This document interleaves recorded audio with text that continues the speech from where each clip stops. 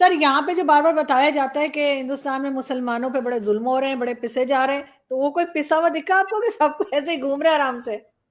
मैं जो बता रहा हूँ वो मुसलमान ही थे, या फिर ये तुम कह दो आरजू के ये मोदी हुकूमत ने जहां मैं जाता हूँ पहले आर्टिस्ट रखे होते हैं कि मैं ये देख लूं।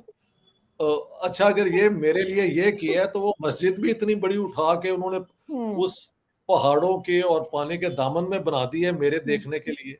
और ये हर जगह पे है, छोटे से सही। छोटे शहर में भी चले जाएं तो आपको हम्म। मस्जिद एकदम नजर आ जाती है। देहरादून में गया हम्म। तो वहां पे भी मस्जिद थी, और हर जगह पे, बल्कि सहारनपुर से और इधर उधर से आके लोग सेटल हुए हैं। मुझे दो डिफरेंट काजमी फैमिलियां वहां पे मिली, एक हम्म। फारूकी साहब मिले।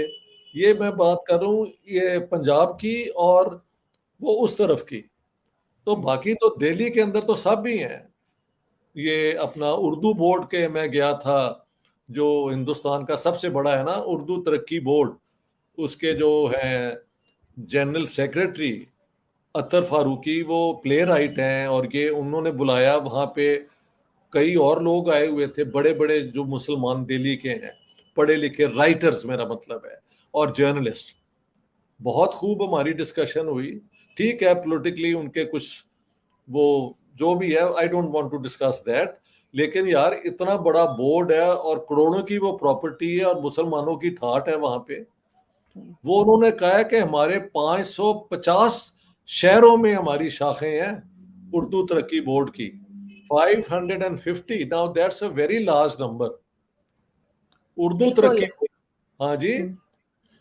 तो आपको कहाँ से मैं ढूंढ के लाऊं कि जो वो जो हमले होते हैं वो एकदम खबर आ जाती है, उस हम्म। पर एकदम बहस भी शुरू हो जाती है। तो अच्छा, मुसलमानों को मैंने हर जगह पे देखे। अभी जब मैं आ रहा था तो लड़के मोटरसाइकिल चला रही हैं, बुर्का भी हम्म। पहना हुआ है, हम्म। और खूब कमाल से हो रहा है। दुकानों पे लोग खड़े हैं। ये इतना झूठ है हम्म। कि उसको कंडेम करना चाहिए। हाँ, नॉर्दर्न इंडिया में कुछ फसाद हुए हैं, जिसकी खबर जब आई है, कुछ कर्नाटका में कुछ हुआ था, ये वो 1.4 बिलियन के मुल्क में अगर ये हो जाए कहीं तो अफसोस की बात है।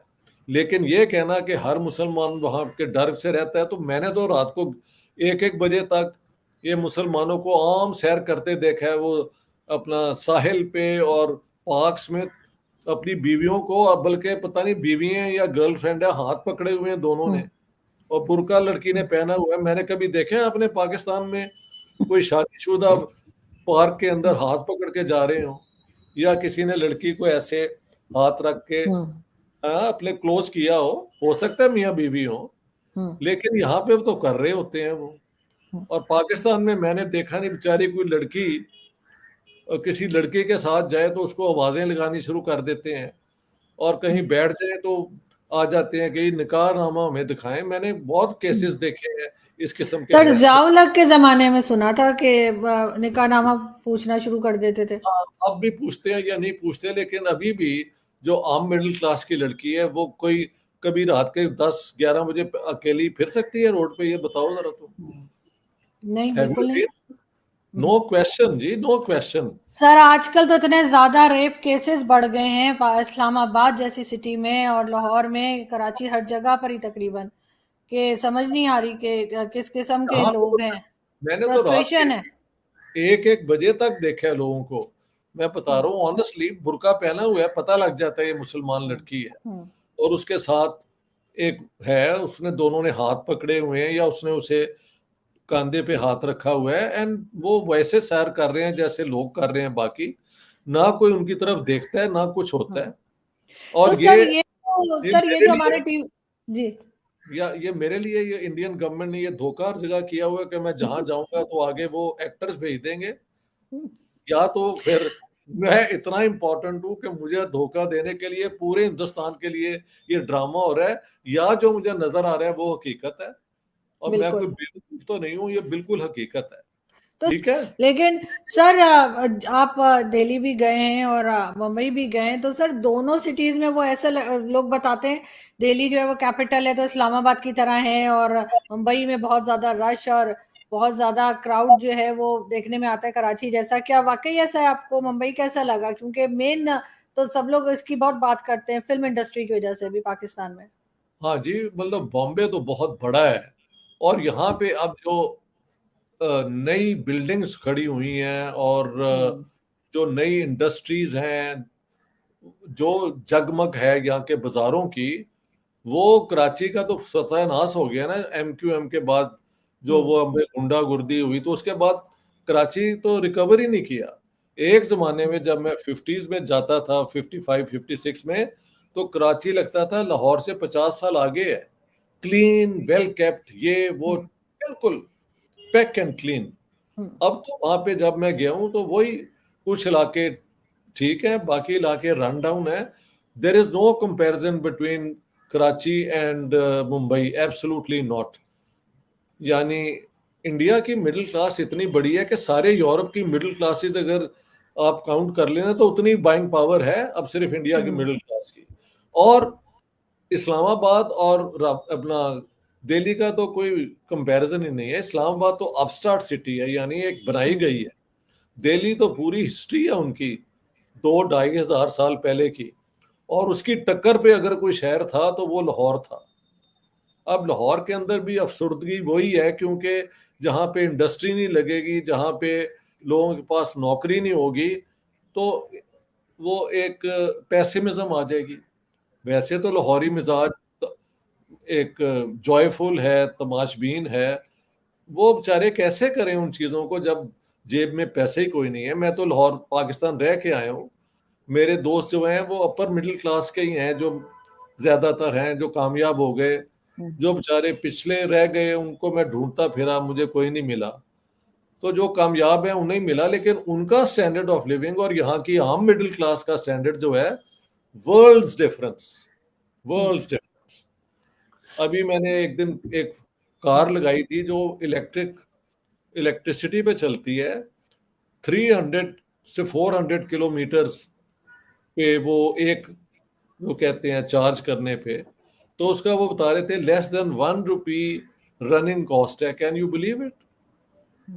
सो इंडिया ने हर, क्योंकि बेसिक बुनियाद इंडिया की फॉरवर्ड जाने की है, सॉलिड साइंटिफिक एजुकेशन, टेक्निकल हम्म। एजुकेशन। उन्होंने सोशल साइंस और इसको भी बिल्कुल आज़ाद रखा हुआ है। उसमें थोड़ा हिस्टोरिकल रिविजनिज्म यहाँ पे हो रहा है। उस पर क्या बात हम करें, वो ये इंडिया वाले खुद ही उसे डील कर लेंगे। मगर उनका स्टैंडर्ड, उनकी किताबें जो मुझे मिली हैं, मैं पढ़ भी रहा हूँ साथ साथ, हम्म। वो एक दुनिया ही और है। पाकिस्तान तो पिट गया इस एतबार से, and that is nothing to celebrate.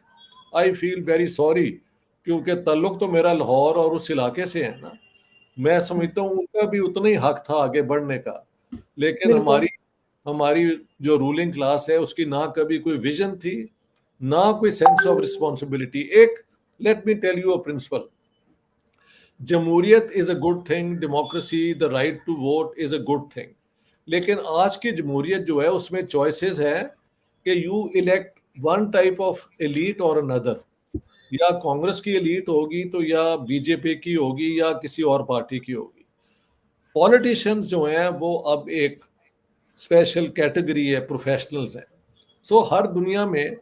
जमहूरियत जरूर होती है, इलेक्शन भी होते हैं, लेकिन एक पावर एलीट आती है।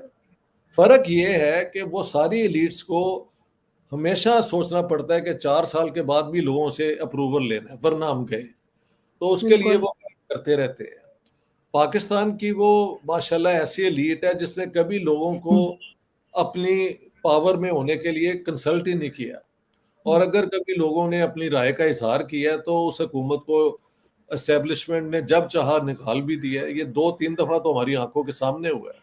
तो यार पाकिस्तान का सत्यानाश कोई बाहर से नहीं आया, ना इंडिया ने, ना यहूदियों ने, ना ईसाइयों ने बेचारों ने। बल्कि जो ये तबाही आती है वहां से ही पैसे आते हैं हमें, मेडिसिन भी बिल्कुल। आती हैं हमें। हम्म। तो शर्म कभी नहीं आती इस किस्म की बातें करते हुए। मुझे कुछ लोगों ने प्रोवोक किया, फिर मैंने उनसे, आई वो बिकेम एंग्री कि सर जरा हमें बताएं वो गजवा हिंद का क्या मसला है। मैंने कहा यार ये देखो, please for God sake take me seriously. मैं यहाँ पे इस किस्म की बकवास करने आया हूँ?